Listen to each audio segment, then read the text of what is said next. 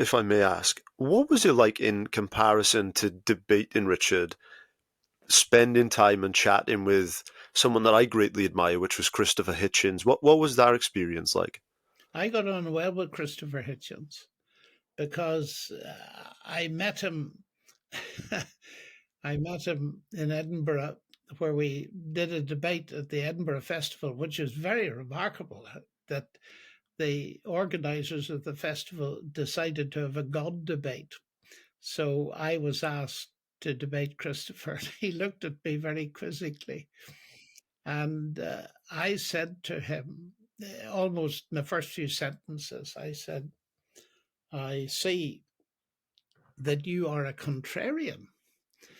And he said, how do you know that? And I said, I read your book. And he was flabbergasted. You read my book? I said, sure.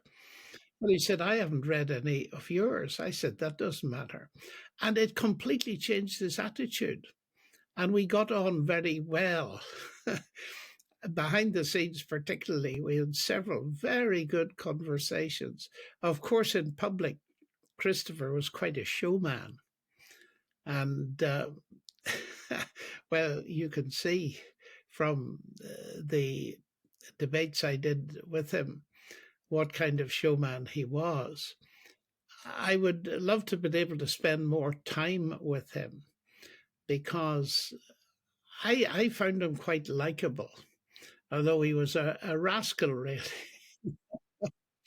an intellectual rascal, and he was far too dependent on Richard Dawkins. I think he is someone that I think we've all missed a great deal, and I think a lot of people, myself included, really felt, I think, the great pain when he kind of left It was us. very sad. It was very sad indeed. I agree with you entirely.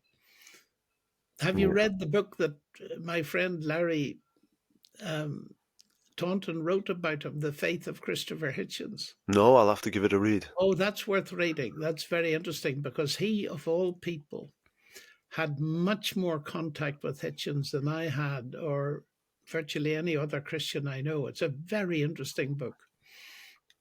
I'll check it out. What do you think it was about Hitchens? Of course, he perhaps had, his views, of course, on these topics that we're talking about, but it's very difficult to find people, particularly I think in this face, that really held these kind of negative views on him. And I'm curious what it was that made him so likable.